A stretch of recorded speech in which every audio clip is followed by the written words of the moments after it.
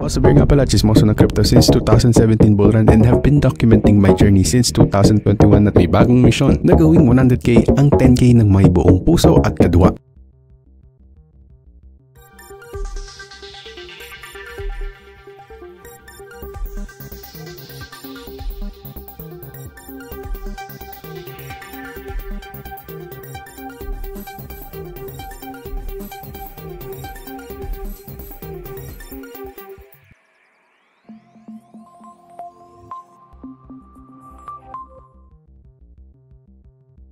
Yun. Isang malaking awesome. And thank you so much guys sa mga nandito agad. And maraming salamat of course kay Lord Jesus Christ, of course. And kay asawa ko. And big shoutout sa mga nandito, yung mga maaga-aga dyan. At yung mga atat na atat yan. Kaya ako natatawa. Dito kay Mang Pepe, big shoutouts kay Elon. Big shoutouts kay UV11V, kay Cosmic. Yan, big shoutout sa inyo. Okay guys, yeah. Papaspasan natin tong live na to. Let's make it under 20 minutes or even 30 minutes. So, kung makikita natin, we have the 5 minutes, 15 minutes, and we have the 1 hour chart here. Malakas yung music natin pakisabi ha. Yan. Okay. So, ito na nga.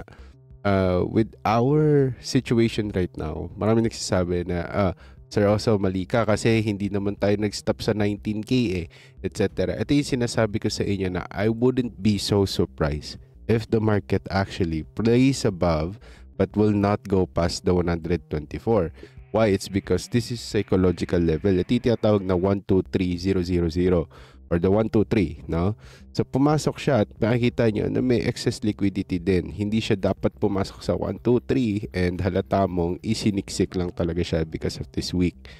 Okay? Kung naka full screen kayo, makikita nyo itong sinasabi ko.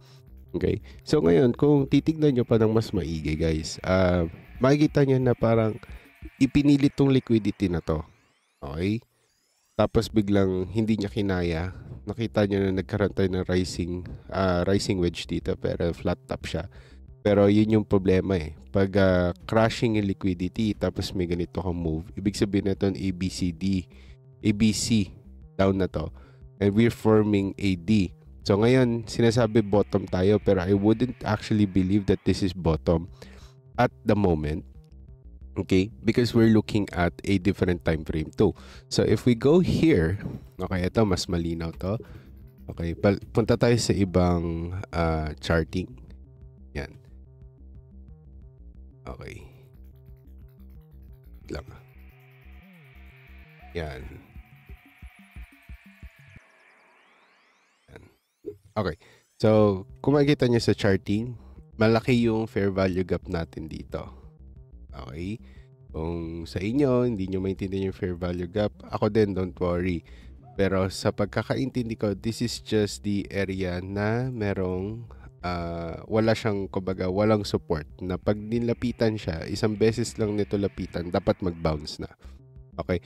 But if the market tries to, okay, play around this, okay, dalawang beses niyan lapitan tong area na to, it will spark a interest na ibagsak yung price pabalik dito sa crosses. Okay, usually ganun yung nangyayari. Okay, big shoutout sa mga na dito guys, and may mga nagko-comment na praise be to Jesus and Mary now and forever. Okay. Yan. Kay Jesus lang. Ano, kay Mary. Jesus lang. Diretso na kayo kay Jesus. Hindi nyo na kailangan lumapit kahit kanino. Yan, big shoutouts kay Box. Big shoutouts kay Mark Siba. Kay Innocentes, big shoutouts sa'yo. Alright, so ito na nga yung sinasabi ko guys. Okay, if we go back here, this is a clear signs of like a true cross, diba? Cross above. Kasi kala nila magko-cross down na tapos pabalik tayo dito. And we have this one. So ngayon, ito na yung sinasabi natin. Fair value gap tayo. We are just playing around this level. Kumbaga gusto natin tong lapitan tong level na to. Okay, or tong moving average na to. Okay, then before we really see a massive move again. Okay, and nakita natin na itong level na to actually give the alts. Okay, yung alts natin a really good move. Okay? Ako naiintindihan yun kasi may line. Okay, so yung alts natin, nagpakita siya ng magandang move. Okay, so ibig sabihin, nagkaroon na naman ng parang bullish yung mga tao, etc. blah blah blah. Okay, tapos biglang ngayon, bumabagsak na naman. Ayan, nagbago na naman yung isip nila. Okay, so we cannot like blame these people because hindi nga sila nakasabay. So ngayon, tingnan natin kung dito makikinig sila this time. So kung walang fair value gap or fair value gap na pag-uusapan, makikita natin din as well that is this is the support level. Okay, pasok na pasok siya doon sa context natin. So ngayon, kung i-Fibonacci naman natin to sa crosses, mula doon sa crosses lang, okay, wag na natin isama yung iba pang criteria or factors. Okay, makikita natin na nag-react naman to sa 618 kung dito tayo kukuha ng bottom. Okay, kung yung bottom prices natin, or sabihin natin, sige, let's be holistic, kunin na natin tong buong candle na to. Okay, nag-reject tayo bago tayo bumulusok na sobra, nagkaroon ng retracement at ipinasok niya doon sa 200,000 dollars. Okay, so may makita naman din tayo na nagbabounce na siya dito. Okay, ang maganda dito is pag nag-bounce, ay sabihin natin nag-bounce siya sa 0.5, which is itong level na to ng Fibonacci natin, it will be a strong bounce. Okay, wag lang tayo ma-reject sa 130,000 dollars, but usually nare-reject talaga dyan in order for us to really test this level since wala pa naman nakaka-reach sa level na to. Okay, that's very evident, or that's very obvious rather, not evident. Okay, so tingnan natin kung anong na ito. So kung ganyan man yung maging overhead resistance natin, since wala tayong makitang way kung ano ba yung next level maliban sa Fibonacci at itong long trend na to. Okay, for now yan lang sa ngayon. Okay, hindi ko sasabihin sa inyo na hindi 180 tayo for sure na yan, etc. No. Okay, we're not gonna do that. And big shoutouts kay Mark Siban, namigay ng tip. Yan, mga namimigay ng tip, salamat sa inyo. Big shoutouts kay Albert Guevara. Big shoutouts sa inyo. Yan, thank you.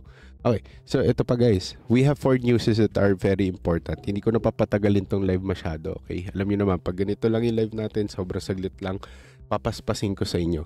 Okay, yung US Congress sabi dito, if crypto week bills pass, you can't put the genie back into the bottle. Crypto is going mainstream, says Bitwise CIO. Bitwise is not really good when it comes to prediction. Yun lang yung sasabihin ko sa inyo. Pauwi pa lang galing work yan, ingat sa pagdadrive. Okay? So, si US Congress is actually going to advance major pro-crypto bills during crypto week. Okay, so bullish tayo sa crypto week, and when we say crypto week, dito na magpapakawalan ng iba't ibang news. Let's see if it's going to be popular for the masses. Okay, if we will be able to see the retail go in and take advantage of the liquidity, sabihin natin may pumapasok na pera. Ito yung sinasabi ko sa inyo, pag retail ang nag-play, we may be able to see Ethereum and Solana play first, and we are now seeing that. Okay, so with the crypto week right now dito sa Genius Act natin for stablecoin regulation, it is already passing the Senate. Hindi ko sinabing pumasa na siya. Okay, it is already passing the Senate, and it's gonna pass through the Senate, and this regulatory clarity is expected to drive more mainstream adoption at makakapag-attract to ng significant institutional investments. These are the prediction that we had last week kung babalikan niyo yung live natin, and I've been telling you this about before we even actually pump the market. So nevertheless, there are happenings with the FTX, Luna, Celsius, and Mt. Gox. Many of the cryptos blow up stemmed from the operating in unregulated or offshore markets without a proper oversight. So, ibig sabihin lang doon, ibinabalik tanaw lang natin yung mga pangyayari ng mga nakaraan, pero hindi ibig sabihin nito na ito pa rin yung sigalot or ito pa rin yung stigma ng institutional market, because we have already gone past through those levels, and those levels were around 50, and that is why we were having a lot of overhead resistance during the levels of 50, 60, and 70. Okay, so since we're passed through with that one, that's not the case anymore. So if we go to our next level, next news here. Okay, so Bitcoin and Ethereum ETFs are seeing record inflows. Okay, so Bitcoin hits all-time high above 122,800 as crypto markets gain momentum. So medyo delay ito, 123,200 talaga yon. Pero yeah, ayun yung sinasabi ko sa inyo, it's not a true liquidity. Ito inilabas bago pa mangyari yon. That's weird. So parang may alam sila pero hindi nila na realize na papasok siya ng 1,213. 123 ako ng 123.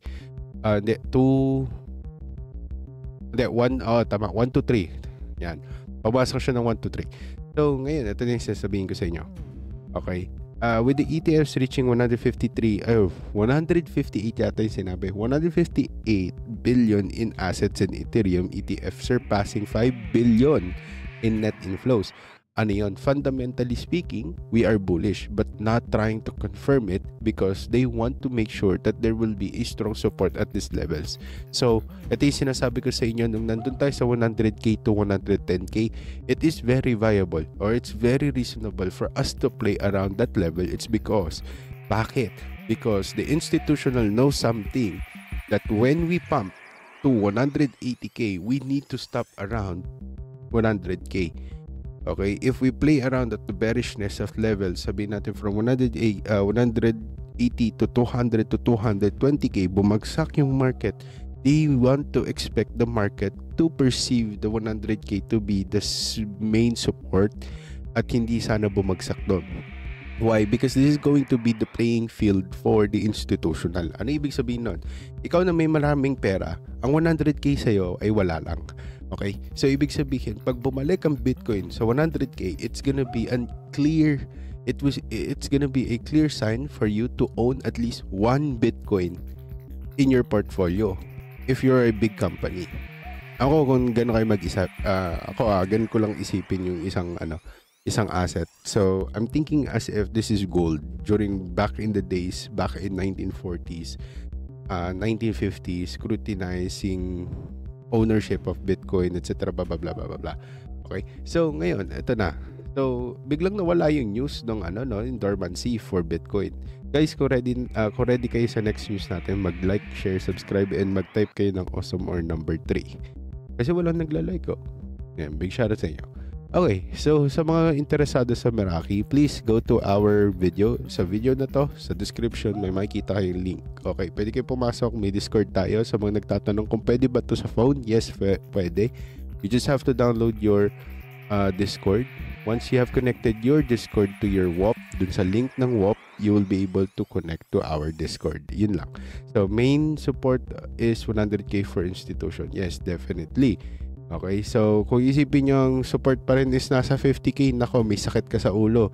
Okay, kasi iniisip mo na kung nandun pa rin ang support natin, nako, okay, you have way past the, kumbaga nilipasan ka na ng gutom. Okay, nalipasan ka na ng gutom kasi yung market na to mas gutom pa sa'yo. So definitely, take advantage all the levels that are very obvious para sa institutional. Okay, so you need to think like an institutional play already here. Hindi na pa pwede yung retail mindset. Okay, katulad dati, pwede yan, gagana yan.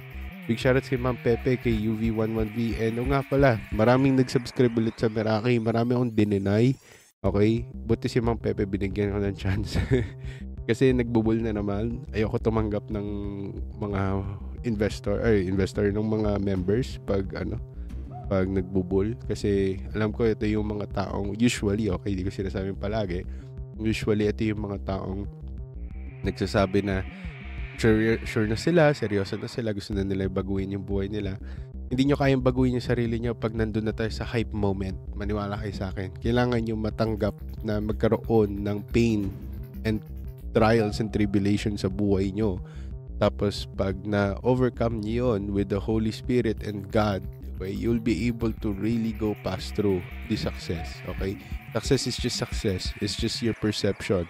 Okay, money is just like another thing that you will accomplish.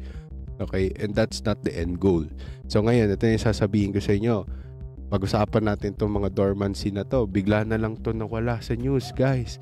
Okay, yung dormant Bitcoin whale natin moved 2.4 billion in BTC after 14 years. This is the news like 2 weeks ago, one week ago.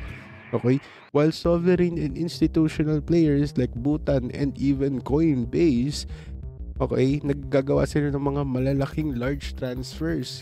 Malalaki na, large transfers pa. Malalaking transfers reflecting, okay? And big shoutouts kay Captain Engineer. Okay, reflecting, okay, increased high stakes, okay, activity and growing use of Bitcoin as collateral. Ano ibig sabihin nun? So they're borrowing against the Bitcoin. Okay, so they have, so let's say they have Bitcoin, they're trying to borrow against that Bitcoin without even selling it in order to buy more altcoins. So this is the altcoin season buying. Okay, hindi ko sinabi altcoin season up na. Okay, when you say altcoin season up na, dapat doon kayo masyadong nagiging cautious at nagtitipi.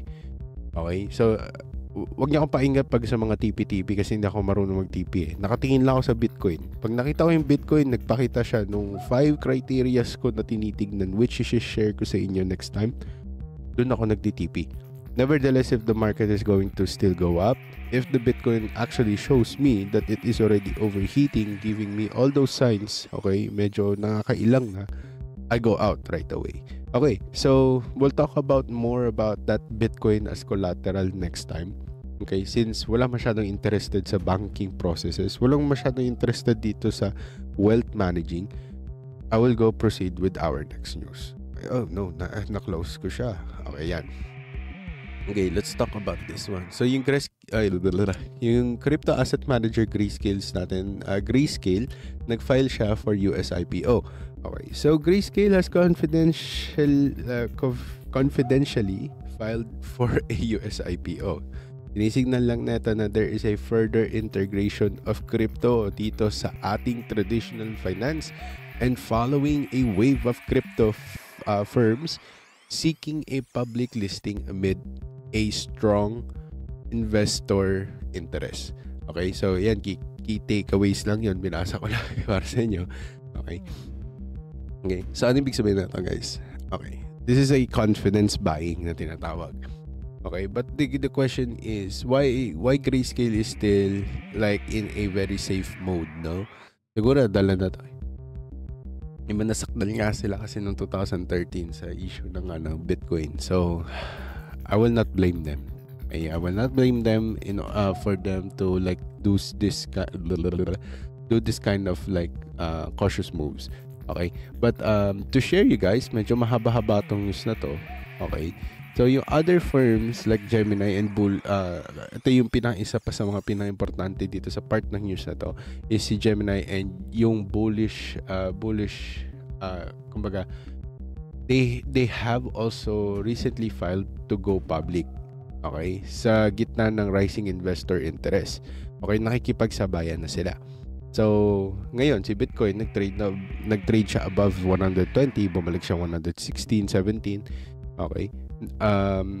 Yung crypto assets natin, nag-gain siya ng mga legitimacy with upcoming crypto-friendly bills in Congress. So, meron tayong tinatawag na the crypto bill, tawag dito, crypto bill of rights, parang gano'n.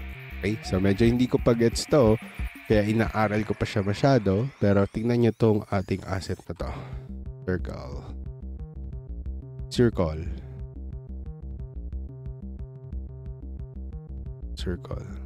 Ito tayo sa circle. Ito na yung last chart natin na gusto kong tingnan nyo. The NYC, boom. Okay, nakita nyo to.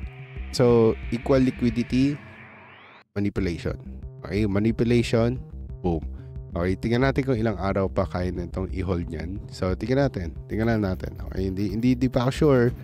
Okay, but we might be able to see. Okay, this one.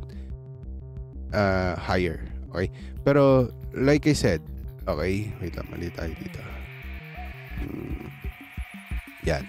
So, like I said, this is going to be something that is very interesting. Circle is going to be binanggit ko na to sa Discord, guys. Hindi ako nagkulang sa inyo, ha. sinabi ko na to sa inyo, kung may mga stocks man akong bibilin, itong mga nasa stablecoin industry. So, yan. Sabihin natin, Circle, di ba? Tapos, meron pa akong binanggit eh. Ano pa yung isa na binanggit ko? Basta, ayoko na masyado i-reveal. Okay, pero we are going to do a lot of research on this one. I even actually talk about tokenized stocks. Okay, so ginawan ko yun ng document. Walang nagbasa, bala kayo sa buhay nyo, mga tiga Meraki. Nagsasayang kayo ng $15 nyo. Okay, meron na dito tiga isang Meraki na nagtatry ng tokenized stocks. Okay, kasi medyo confident siya. So, pero hindi niya gusto iiwan yung crypto. So, ngayon, meron na siyang tokenized stocks. So, parang gano'n. Anyways, yun lang guys. Wala akong masyadong idadaldal sa inyo. 22 minutes na. So, we're very proud that we're going down to 30 minutes or 25. So, guys, alam nyo na. Kita-kits tayo bukas. Mas mahabang live. Okay, dadisect ko sa inyo yung mga charts natin. I-ready nyo yung papachart nyo. Then, we'll do a lot of charting tomorrow. Yan, big shoutouts kay Marvin. Big shoutouts sa mga patuloy na sumusuporta dito sa Osa Chismosa. And guys, kalimutan ko magpakilala. Ako nga pala si Osa Bern. I've been here since 2017. I've been trying to share you guys my wins and losses dito sa cryptocurrency. And now we are actually back in the market. Kasi sinabi ko we're back. Or we went back, passed through doon sa levels na danger zones na tinatawag. But yeah. And again, guys, chismis lang ang lahat ng yon. Kailangan nyo pa rin aralin, planuhin, at kilusan ng sa gayon. Ang lahat ng to ay ating makamtan. At syempre, guys, pakitagtad na yung like, share, and bottom natin. Please. Okay, share nyo. Tapos, ilagay nyo lang sa wall nyo, sa mga Facebook groups nyo. Okay, malaking tulong na yan, guys. Okay, and stay awesome, guys. And God be the glory, okay? And big shout out sa asawa ko. Panoorin niya ito. Maganda to. Panoorin niya lang. Osa Bern nga pala, chismoso ng crypto since 2017 bull run and have been documenting my journey since 2021 at may bagong mission na gawing 100k ang 10k ng may buong